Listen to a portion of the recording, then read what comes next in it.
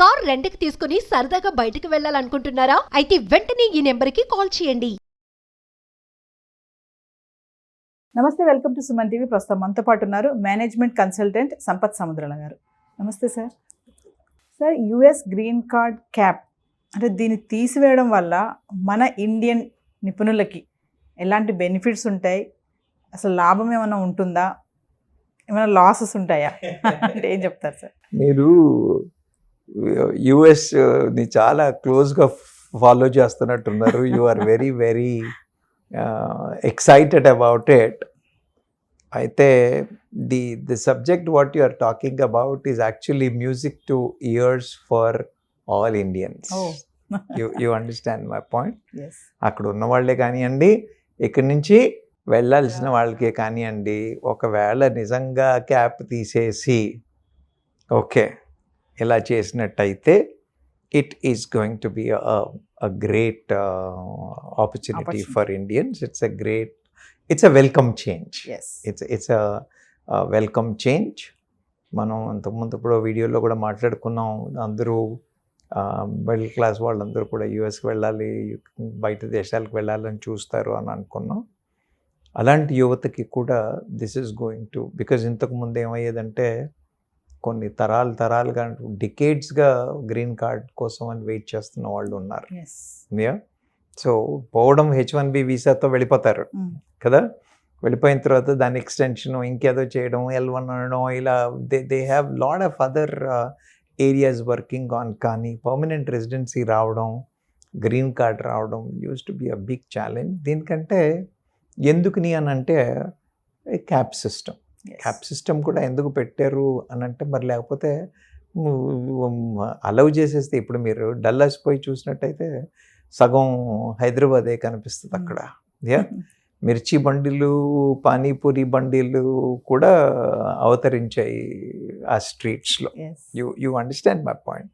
So ఆ లెక్కన opportunity వస్తే మన వాళ్ళందరూ వెళ్ళి సెటిల్ అయిపోవాల్సినంత పరిస్థితులు కనబడుతున్న టైంలో this is a serious welcome thing. కానీ ఎందుకు క్యాప్లు ఉంచారు అని అంటే, లేకపోతే దే హ్యావ్ టు మెయింటైన్. వేరే కంట్రీస్ నుంచి వచ్చేవాళ్ళు కానీ వాళ్ళ కంట్రీలో కూడా ఎంతమంది ఫారినర్స్ అలౌ చేయడం అన్న ఒక రిస్ట్రిక్షన్స్, లేకపోతే వాళ్ళ జనాభాకి కూడా ఉద్యోగ అవకాశాలు కావాలి కదా, అక్కడున్న జనాభా కూడా గోల పెట్టకూడదు కదా. సో ఆ లెక్కన ఇంతకుముందు ప్రభుత్వాలు చాలా కేర్ఫుల్గా, చూజీగా, రిస్ట్రిక్టివ్గా ఉండేవి. కానీ ఇప్పుడు వచ్చిన తర్వాత మాత్రం డెవలప్మెంట్ కావాలి, ఇంకా అభివృద్ధి కావాలి అన్న ఉద్దేశంలో ఇది చేస్తారు అని అంటున్నారు. అయితే మాత్రం it's a very interesting change. అంటే తీసివేయడం వల్ల సార్ జరిగే అంటే పరిణామాలు ఏముంటాయంటారు? ఏం జరుగుతుందంటారు? అమ్మ, ఇప్పుడు ఏమవుతుందంటే అక్కడికి వెళ్ళే వాళ్ళని మన వాళ్ళందరూ H1B వీసాల్లో మీరు చూసినట్టయితే 70% భారతీయులే. అవునా? 70%. 70% భారతీయులే. మరి కంట్రీ క్యాప్ పెట్టకపోయినట్టయితే you imagine what kind of facility we have, how many people are waiting in the queue. You got my point? So ఆ లెక్కన ఆపర్చునిటీస్ మన వాళ్ళకి ఎక్కువ ఉంది, బికాజ్ మన వాళ్ళు ఎక్కువ వెళ్తున్నారు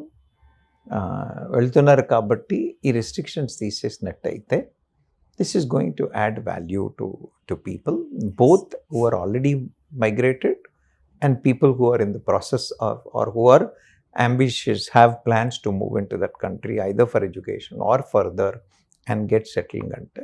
So this is a what you call a great opening అని చెప్పచ్చు. అంటే సార్, ఫినాన్షియల్ గా, సాంకేతిక పరంగా చూసుకుంటే చిక్కులు ఏమైనా ఉంటాయంటారా? ఎందుకు ఉండవు? రెండు ఉంటాయి. ఇప్పుడు మీరు అడిగినట్టు ప్రతిదానికి బొమ్మ బొరుసు. ఓకే, ప్రతిదానికి బొమ్మ బొరుసు. సార్, దీనివల్ల మీకు అడ్వాంటేజెస్ ఏమన్నాయా, డిసడ్వాంటేజెస్ ఏమన్నా ఉన్నాయా అంటే, ముందు నేను భారతదేశానికి ఉన్న డిసడ్వాంటేజెస్ చెప్తాను. అవునా? మీ ఇంట్లో మీ పిల్లలు, మా ఇంట్లో మా పిల్లలు, పక్క వాళ్ళ ఇంట్లో అందరి పిల్లలు పారిపోతారమ్మా. It will be a brain drain. You understand my point? పిల్లల్ని పోకుండా ఆపడం మన తరం కాకుండా పోతుంది. You understand my point? All the Indian talent will run away. Major challenge, major difficult thing. You got my point. US విషయంలోకి ఆలోచించినట్టయితే వాళ్ళకి ఏమైనా నెగిటివ్ ఉంటుందా అని ఆలోచించినట్టయితే అందరూ మన వాళ్ళే పోయి కూర్చుంటే వాళ్ళ జాబ్ ఎంప్లాయ్మెంట్, వాళ్ళకి అక్కడ ఉన్న వాళ్ళకి జాబ్ ఆపర్చునిటీస్ ఎలా? కాబట్టి ఇది ఛాలెంజా అంటే మనకి ఛాలెంజే, వాళ్ళకి ఛాలెంజ్. సో మరి సార్ బొమ్మ బొరుసు అన్నారు, మరి what is the other side of it అని అన్నట్టయితే ఇక్కడి నుంచి మన వాళ్ళు పోయే వాళ్ళందరూ ఎవరు టెక్నాలజీ పరంగా, ఎడ్యుకేషన్, ఐటీ వాళ్ళు, సైన్స్ అండ్ ఇంజనీరింగ్ వాళ్ళు, అవునా, డాక్టర్లు, highly skilled, highly qualified people only migrate there. You understand my point? So then their earnings will become. So ఇండియన్కి వచ్చే డబ్బుల విలువ పెరుగుతుంది. సో ఇండియన్ ఎకానమీకి కూడా డబ్బులు కాంట్రిబ్యూట్ అవుతాయి. అవునా, వీళ్ళు అక్కడ వెళ్ళి they will add value to the productivity of that country. కాబట్టి వాళ్ళ ఎకానమీకి కూడా మన వాళ్ళు వాళ్ళేం ఊరికే పిలవట్లేదు మనని, అవునా కదా. మన పిల్లలు అక్కడికి వెళ్ళిన తర్వాత they will work and they contribute for the productivity in that country. So వాళ్ళ ఎకానమీలు బాగుపడతాయి, మన ఎకానమీలు బాగుపడడానికి స్ట్రెంగ్తెన్ అవ్వడానికి, కొంత సపోర్ట్ అవ్వడానికి పాజిటివ్ అవకాశాలు ఉన్నాయి. సో పాజిటివ్ పరంగా ఉందా అంటే ఖచ్చితంగా ఉంది, నెగిటివ్ పరంగా ఉందా అంటే ఉంది. మరి అలాంటప్పుడు ఏం చేస్తారు వాళ్ళు? ఇప్పుడు చేయాల్సింది ఏంటి అని అంటే, గ్రీన్ కార్డ్ క్లియరెన్స్ ఇచ్చి మన వాళ్ళు చేసినప్పటికీ కూడా రేపొద్దున అక్కడ పిల్లలు జాబ్ సెక్యూరిటీ, అక్కడ పిల్లలు జాబ్ ఆపర్చునిటీస్ అని అంటే అక్కడ స్టెమ్ ఎడ్యుకేషన్ని పెంచడం, అక్కడ టెక్నాలజీ పరంగా ఫెసిలిటీస్ పిల్లలకి ఫోకస్ పెంచడం, encouraging students to get in to that and doing అనేది వాళ్ళు అక్కడ చేయాల్సిన అవసరం ఉంది. మన వాళ్ళు ఇక్కడ ఆపాలి అని అంటే చెప్పాను కదా, ఇక్కడ అలాంటి వాతావరణం క్రియేట్ చేయాల్సిన అవసరం ఉంది. But otherwise it has both what you call the good and bad. Bad అని అంటే చెప్తున్నాను కదా, బ్రెయిన్ డ్రైన్, ఇంట్లో ఉన్న పిల్లలందరూ వెళ్ళిపోతారు అన్న ఇష్యూ తప్పితే ఎకనామిక్గా పెద్ద నెగిటివ్ ఛాలెంజ్ ఏం పడదు భారతదేశం మీద. వాళ్ళకి కూడా మన వాళ్ళు అక్కడ పోవడం వల్ల will it impact their economy అంటే పాజిటివ్గానే ఇంపాక్ట్ అవుతుంది తప్పితే నెగిటివ్గా ఇంపాక్ట్ అవ్వడానికి ఏం అవకాశాలు లేవు. ఇప్పుడు యుఎస్ ఇండియా సంబంధాలు గ్లోబల్ టాలెంట్ మొబిలిటీకి టర్నింగ్ పాయింట్ అంటే ఏం చెప్తారు? అంటే ఇప్పుడు నేనేం చెప్పాను మీకు, 70% ఆఫ్ ది H1B వీసాస్ భారతీయులే అన్నాను.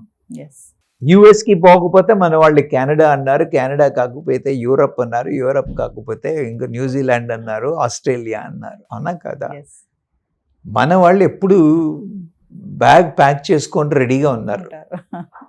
యు అండర్స్టాండ్ మై ఆపర్చునిటీ కోసం అని మన వాళ్ళు బ్యాగ్ ప్యాక్ చేసుకొని రెడీగా ఉన్నారు, ఎక్కడికి పరిగెడదాము అని, అవునా. So based on what US decides, the moment whether the talent is going to US or whether talent is going to UK, the talent is going to Australia, అనేది డిపెండ్ అయ్యి ఉంటుంది.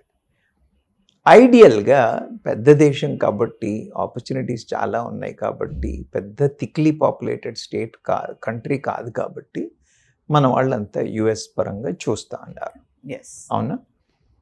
So అక్కడ అవకాశాలు లేనప్పుడే మిగతా వాటి వైపు they are exploring, but the top priority comes in US. So ఆ లెక్కన మీరు అన్నట్టుగా టాలెంట్ మూమెంట్ మీద యుఎస్ డెసిషన్ ఇంపాక్ట్ ఉంటుందా, భారతదేశం ఇంపాక్ట్ ఉంటుందా అంటే ఖచ్చితంగా ఉంటుందనే చెప్పాలి. సో ఓవరాల్గా చూసుకుంటే యుఎస్ పాలసీ మేకర్స్కి ఈ యొక్క ఏదైతే ఈ కంట్రీ క్యాప్ తొలగిస్తున్నారు అనేది ఒక చర్చగా మారింది అంటే ఫైనల్గా ఏం చెప్తారు? మరి ఇది అంటే ఇప్పుడు వాళ్ళకి కూడా అడకత్తెరలో పోకలాంటి సిచ్యువేషనే. వాళ్ళ డిసిషన్ ఎందుకు తీసుకోవాలి?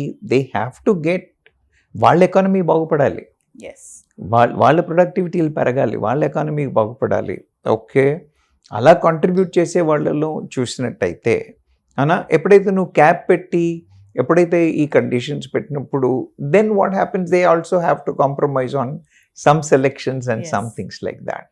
ఎప్పుడైతే ఈ క్యాప్ తీసేస్తారో మన దగ్గర నుంచి వెళ్ళే better talented people will have better opportunities. ఇంతకుముందు క్యాప్ పరంగా అవకాశాలు పోగొట్టుకున్న పిల్లలందరికీ కూడా, ఉంటున్న అక్కడ రెసిడెంట్స్ అందరికీ కూడా, H1B వీసా హోల్డర్స్ వాళ్ళకే కానివ్వండి, వీళ్ళందరికీ కూడా what you call cap was an impediment. Yeah. So by removing that impediment, it's going to have a positive impact.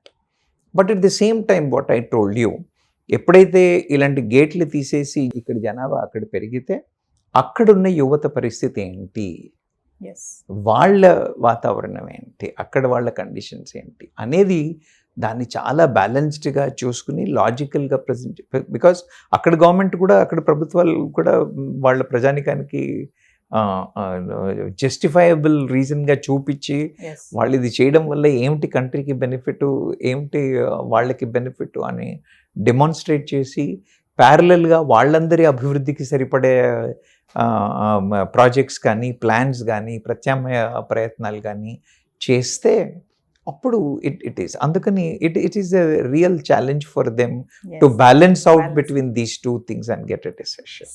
Thank you sir. Thank you.